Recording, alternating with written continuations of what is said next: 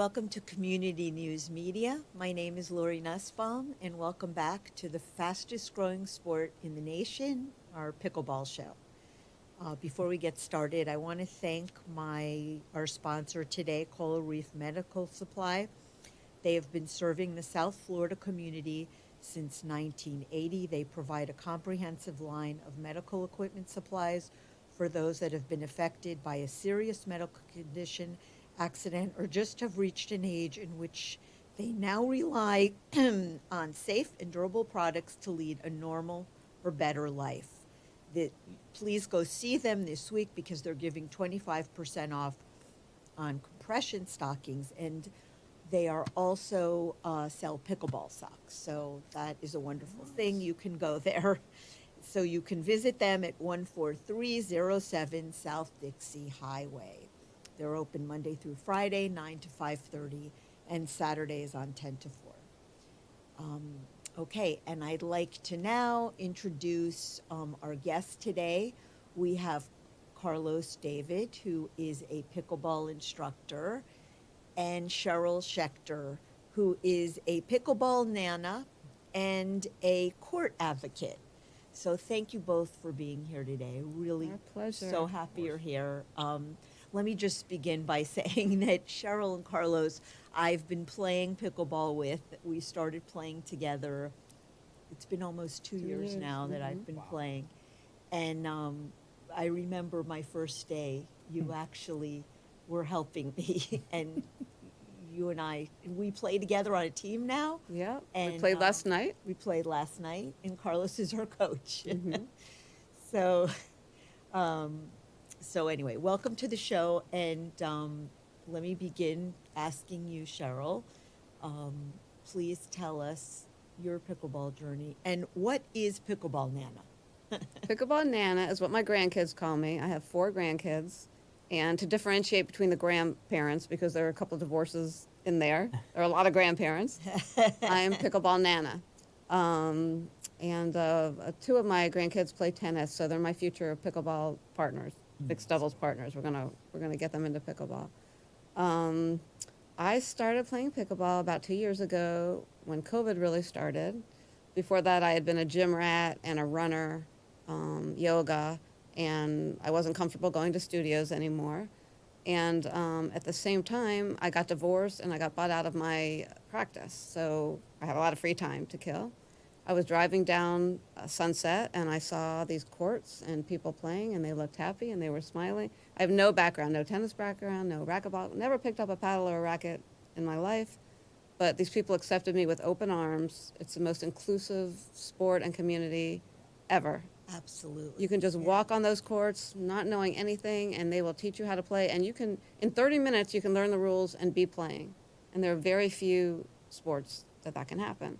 And intergenerational, I play with 80-year-olds, we play with teenagers, and the fastest segment of the sport, growing segment, is now under 25 age group. Correct. Yeah. So we know the longevity is there, we know the players are there, all we need are the courts at this point. So I play a lot, but my biggest problem is finding courts. Courts, yeah, as we all do. Yeah. Okay, well, we'll get to that. Yeah. We're going to get to that.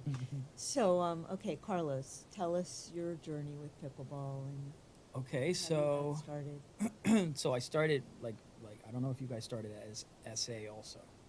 Salvation Army. Mhm. Yeah, Yeah, Salvation yeah. Army we play, and I think my journey, other than SA, it started really with my parents.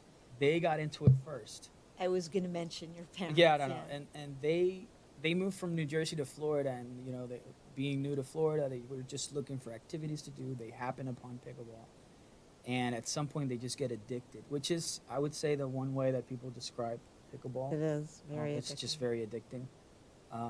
And so I always trying to look, as soon as I knew that I was going to have my parents here close to me, I was just looking for things to do with them, and activities to do with them, and to share, Right. spend time with them. And so they told me, like, you should come play pickleball. At first, I was like, pickleball? Yeah. It just sounds silly. Yeah. It sounds Right. weird. I don't know Yeah. about that. Not something a young person would want to No. play. Not something I would be interested in. I love basketball. Let's talk about baseball, volleyball, but pickleball, I'm not so sure about that, Mom. But I went regardless, and immediately got hooked. Immediately, like the first game, was like, oh, okay. Oh, and what's this? That's a dink. Oh, that's awesome. What about Right. oh, okay. Oh, the kitchen. You can step in there. Oh, that makes it interesting. Okay, so it's not that easy now. I can't reach for a ball. I can't step in there. Right. Okay, great. And immediately got hooked. So it's been like about a year, maybe a year and a half now that I've been playing. And it's funny that you mentioned that when we met, I was trying to help you. I wasn't a coach back then. Thanks to so many people, this goes to Cheryl's point. So many people being inclusive and so many people being helpful. Right. It just grew into I would say, a small passion of mine to just help others get better. And Which thanks you to always do. Yeah, Thank you. Carlos is one of the most generous players out there. Always has been. Even before he was a coach, he was Yeah. always very generous with his time and his knowledge. and I Helping appreciate us, I yeah. appreciate I love that, you know, and it's Right. because so many other people did it with me, like Felipe Duran, we all know him. Mm-hmm. Right. Brad right. Nixon, which is our coach, we take Mhm. lessons with him all the time. Mm-hmm. Shout out to Brad. Shout out to Mhm. Brad, shout out to Felipe. They're just incredible people that just want you to get better. Thanks to them, I was like, you know what, I want to help others get better too, and that's how I really got into coaching. But other than that, even if you're looking for like a hobby, pickleball is just such a great sport to just pick up a paddle and then go play. That's No it. Mhm. question. Inexpensive. It's easy on the joints. True. For everyone. Mm-hmm. And you know what's interesting?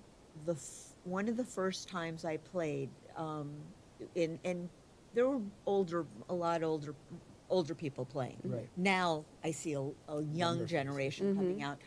But there was a man out there, I don't remember his name, and he's not playing anymore, but he had Alzheimer's. Oh Incredible. yeah. And I remember playing with a Yeah. really good player, and he Mhm. could keep score. Well, he couldn't keep score. He Right. played really well, but he couldn't keep. We the all helped score. him keep score. And Gil, just Gil, Gilbert Mansell. right? So it just goes to I do know show Gil. Yeah, Yeah. I do know Gil. that it was helping him. It was Mhm. actually helping him. It's Yeah. been proven to help with Yeah. cognitive function in Exactly. older people. Just we know how hard it is to keep score and keep track of Right. whose serve it is. Yeah. Just for us, and Yeah. we're supposedly still mentally. I actually Okay. don't Right. teach my students. I never teach them to keep score at first because it Yeah. just frustrates them. Yes, I'm like, exactly. forget about it. Just learn how to play the Learn game. how to play the game. Little by Right. little, the score will make sense. Don't worry about it. Right. So, okay, so let me ask you this. I'm just going to throw this out there. So we know that Tom Brady is now, Mm-hmm. and all the NFL players Mhm. and the tennis players, Mhm. everyone is getting involved. Oh yeah. LeBron There- James has a LeBron. team. Drew Brees has a team. Right. Dirk Nowitzki was playing and sponsoring the Mhm. tournament Okay. the other day. It's all over. It's all over. Mhm. It happened so quickly. Yeah. And it's great. I mean, this is so cutting edge. Right. But I still go to Tropical Park, and I won't go there now. Yeah. I was there last week, 4 courts, Mm-hmm. waited 2 hours and played 2 games. Yeah. That's a shame. It's a shame. Yeah, Yeah. it truly is.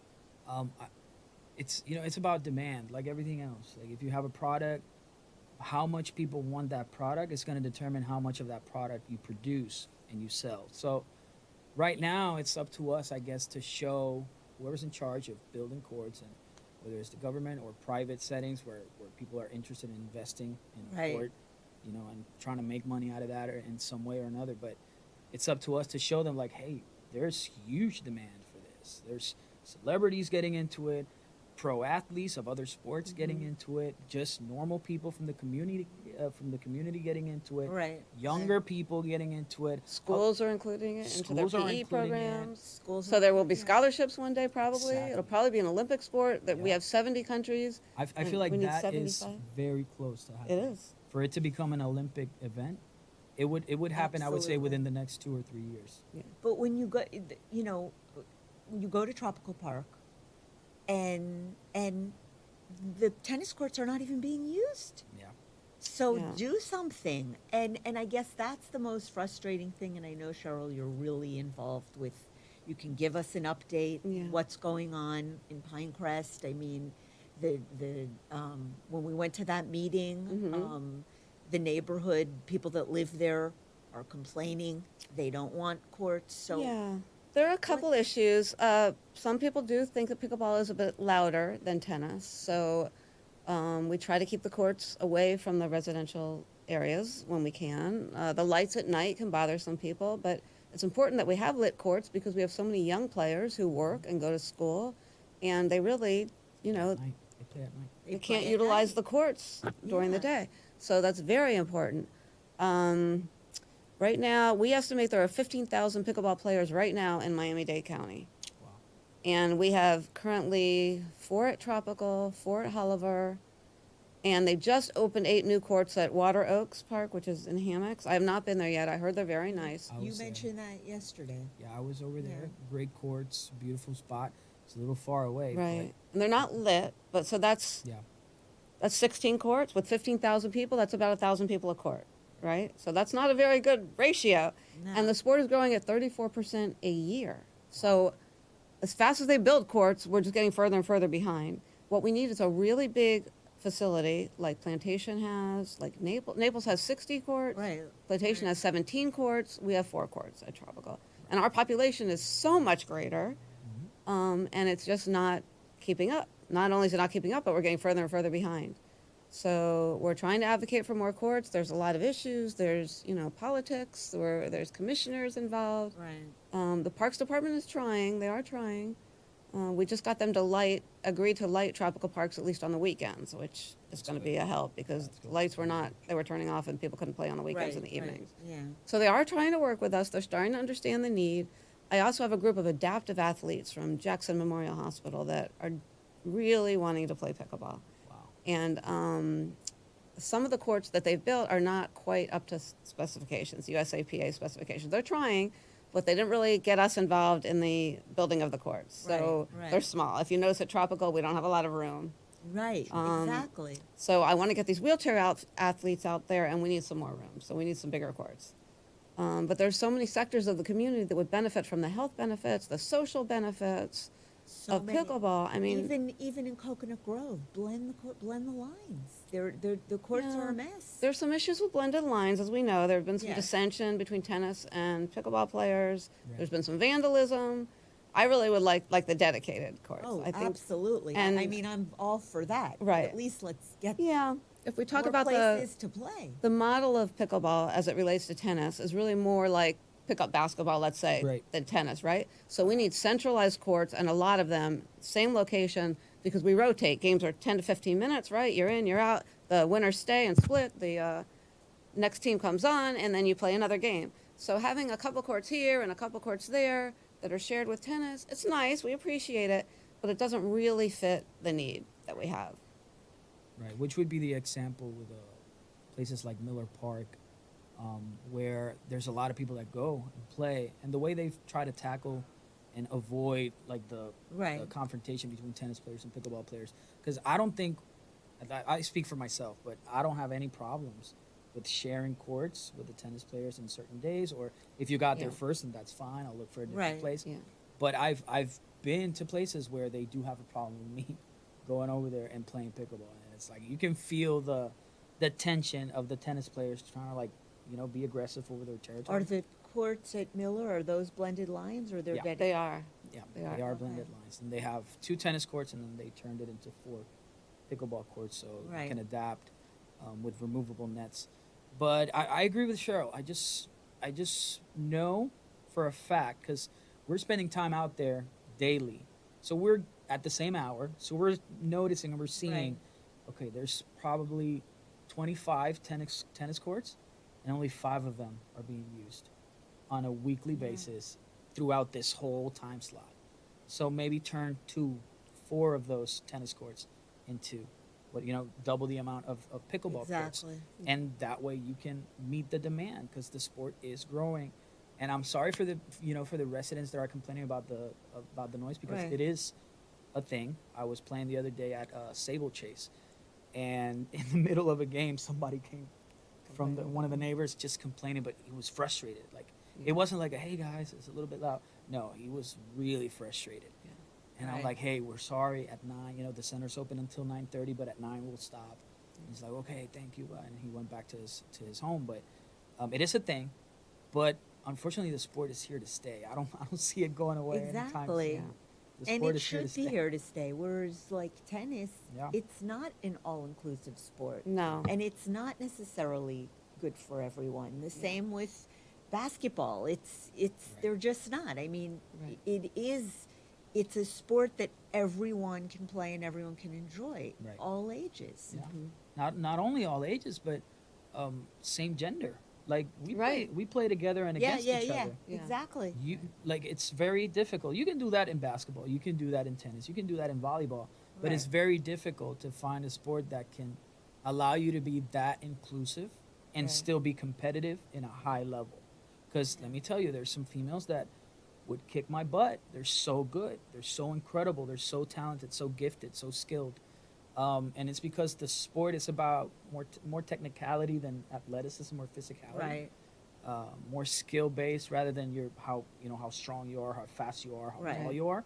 Those things do come into play, but it's so inclusive that it's just an Right. opportunity for a lot of people to socialize together that wouldn't otherwise. How many families do we have where the husbands and wives play together? Right. So cute, right? And the kids and the parents play. We have the Sires family Oh yeah, at the Salvation. family plays. yeah, The whole family entire plays. family. So much fun. Yeah. It's just such genuine and family it's fun. affordable. They were playing is. at Riviera, and and it's more affordable to Yes. play at at Salvation Army, or even Wow.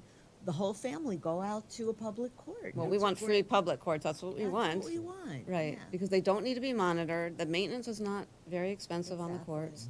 It's a community sport where we have paddle racks, so people come, they put their paddles in, 4 go, the next 4 come out, the next 4 go in. We don't need staff. It's very peaceful, very friendly, very inclusive, and there aren't any other sports like it. No, no. So where are you playing? What are I play, well, last night we played at Riviera, which is a Riviera. private court, which we do have to pay for. And they don't have lights because it's close to the neighbors, so we have to be done, 7 o'clock last night, we had to be done and off the courts. It's a great facility, so much fun. Beautiful facility. It's a great facility. Right, but it's yeah. limited to 20, I believe, 6 Yeah. people in a session, and Yeah. we want to get a lot more courts and a lot Right. more people out there. We also play at Salvation, which is a private facility. I play at Sunnyland sometimes, some mornings. That's a free facility. Some days are paid, some days are free. Tropical Park sometimes. Again, there's a huge wait there. But we'd really just like a really big facility where we can all go, we can all Yeah. play any time of day. Yeah. And then we can have more leagues, Yeah. Absolutely. It's another thing. These leagues are coming up. Yeah. And instructors And can have courts there. That's how Naples does it. Yeah. So you can get it's a one-stop shopping. They have a pro shop. They have a little luncheonette. They have the courts. And we can have big tournaments there that are big money makers. Right. The U.S. Minto tournament in Naples brings in millions and millions of dollars, and the surrounding community, the restaurants, the hotels, Yeah. So Well, that's what we want. Exactly. That's the whole point. Right. So, and Carlos, now you're teaching. Yes. So how did you get into that? It was all an opportunity that came my way through Felipe. I owe so much to Felipe Duran. I remember when I started playing at SA and I would look up to the higher level players and you would see Felipe out there, I would look at him and go like, Jesus, this guy's so good. Like, he said, the other day we were talking, he's like, bro, you're better than me now. And I'm like, I don't think that. I don't think that at all. That's a big compliment. But it's like, it's a huge compliment Yeah. coming from him because I look like, I admire him so much. And Right. he's not only such a wonderful coach, he's a wonderful person. But Yeah, he is. he Yeah. was teaching at Riviera Tennis Center, but he wasn't able to teach in the mornings. Right. So he only had afternoons and weekends. And so he was, as we became friends, he was like, hey, man, I really like how you are. I really like your Right. character. Would you be interested in teaching? Because I really need somebody to help me out in the mornings. Right. I said, yeah, I'll give it a try. If it's just the mornings, I can do that. And that's how I got into it. I didn't know I was going to like it this much. I absolutely love it. I love working with beginners. I love working with people that come in and know nothing about the game. They don't know what the kitchen is. They don't know how to Right. serve. And it's just like, hey, here we go. And know, you've it's a got a lot journey. of new people coming in. Oh yeah, and- a lot. Most of the students, they come in from scratch. They know nothing. A lot of them are from tennis, and they're transitioning from tennis to Yeah. pickleball. Hey, I heard of pickleball through my coworkers or my friends, my family. I'm really interested in learning. Yeah, come on over. Right. And with them, it's a little bit more difficult because you got to take those tennis tendencies away for a minute, just until they learn the basics. And Then you I- can bring them in. And I have to share, I just have to interject. Go ahead. The last night when we played, one of the girls, okay, she's tennis She background. was a high-level tennis player. A high-level tennis player, and they're great players. Yeah. I came in playing tennis, Mhm. and so what happens is you find that you're playing this short game, okay, because for all of you that play pickleball, there's dinking involved in all of that, and then everything that you taught us goes out the window. No, we tried to implement We the tried. plan. Listen, They were doing a good job of keeping us back, but we were Yeah. trying. yeah, We're when you're trying. facing bangers, you really gotta lose the or shake the fear of resetting. Yeah. Yeah. Because if you're successful at resetting, Yeah. they'll back off. And it happens to me all the time. We were playing, well, not so much now, because now I find that I play with a lot of people that like to play both the fast game and the soft, slow game. They just switch it up, and that's how it gets really competitive, because then you got to switch paces at a moment's notice. But when I was coming up, I was playing against people like Jeff Epstein, who I love. I love Jeff Epstein, and he's become such a better player in the past year or so, or a couple of months. But before, when I started out, he was a banger, and he's just banging every single ball, and I was losing every single match. I'm like, how do you drop if this guy's just Right. hitting it straight at me? And that's when I think it was Robert that told me, just block him. And I'm like, what do you mean, just block him? And what do we Uh, call Jeff? What's his nickname? Lob. Call him Lob. Yeah, call him Because Lob. he has become a He's- master at Lob. lobbing. He still is. Yeah. He really is the master of lobs. Yeah. It's like I tell my husband, okay, so if you're watching or listening to me, he's like, he can't play now because he needs knee surgery. So Oh. he's out for a while. Yeah. And he's a banger. Yes. Robert is a banger, but he's a great player. He's a really good player. He has a disgusting serve in a good way. Yeah. Disgusting in a good way. But like as soon as Robert said, just block him, and I asked him, what are you talking about? It's like, all you have to do is put your paddle in front of the ball and just let that ball die. Right. I started practicing that. Immediately, my success rate against bangers went through the roof. We were blocking it's him last about- night. We were yeah. doing it. We It's were about, like, blocking it. losing You were that really fear. doing well at blocking. I've had a lot of blocking practice. But yeah, it is kind of difficult. And the more younger people come into the sport, the Right. faster the pace it'll get. You see players like J.W. Johnson absolutely. Yeah. and all these young cats that are coming in, and they just Right. stand in their kitchen, and you can't get anything past them. And they're like passing Right. everything through you because they're so quick and so talented. Right. I think that's important. It's also important for you to not like stop playing the soft game and mastering it, Right. and then also give yourself a chance to play the fast game and see how you do. It's a fun sport.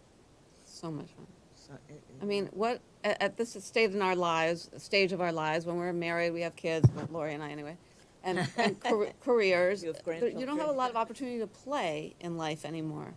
And I mean, really, the sense of play, not just playing pickleball, but just getting out there, having social fun with your friends, laughing, enjoying it. It's just it really brings a new element of fun to your life. Right.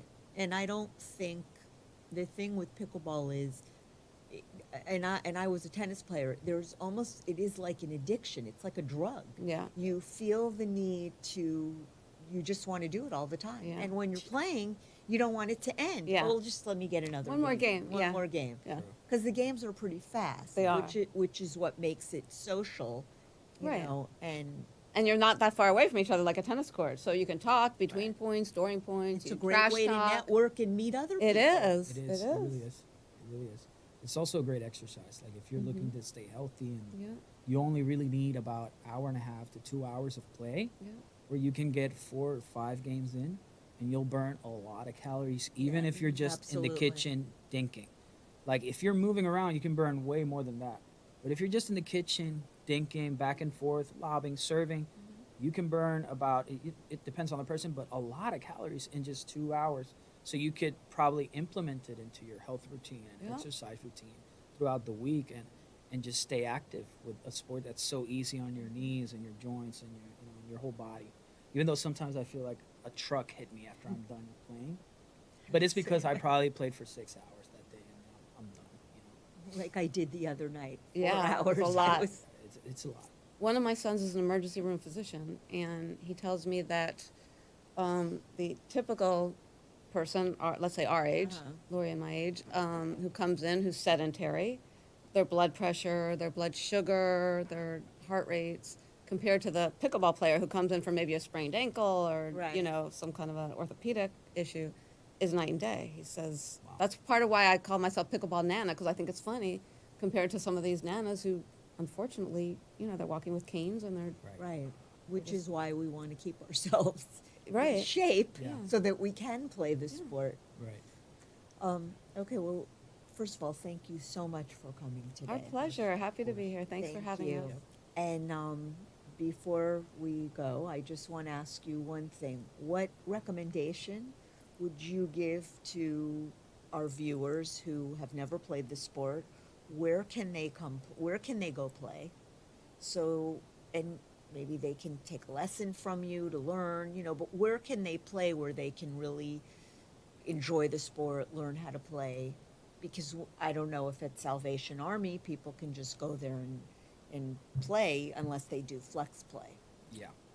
Well, my recommendation would be, first of all, buy a paddle, buy a couple of balls, and even if it's by yourself and you want to learn by yourself just to hit the ball, you can do that on a wall, a racket ball or a squash ball, whatever. But just buy the paddle, buy the ball, and then if you don't want to take lessons, which it would be as easy as researching, doing a Google search like pickleball lessons in whatever city I'm living in. Right. They'll pop up just like that. Trust me. If you don't want to do that, there's so many great content in YouTube. So many.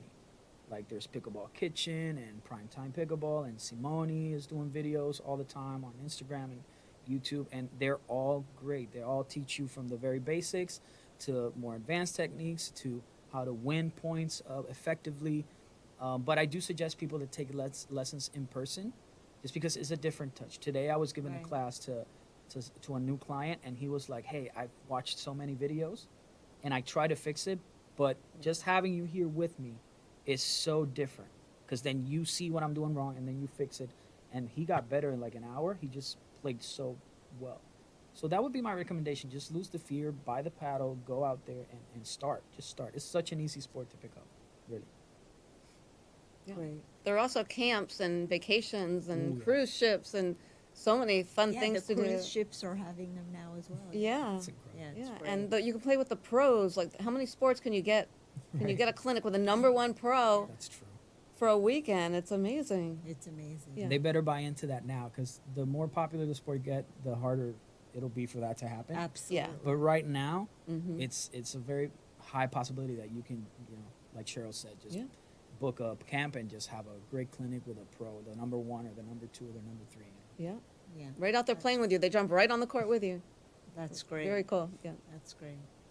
Okay, well, thank you so much for being here, our pleasure. and you'll come back again. We I will. hope so. We will. I hope so. Hopefully, we'll have more courts to talk about when we come Yes. back. Yes. Please, I pray. We're trying. We're all trying. It'll happen. It'll happen. Definitely. So thank you for tuning in, and please come back and watch our show on Pickleball, the fastest growing sport. 0-0 start. Thank you.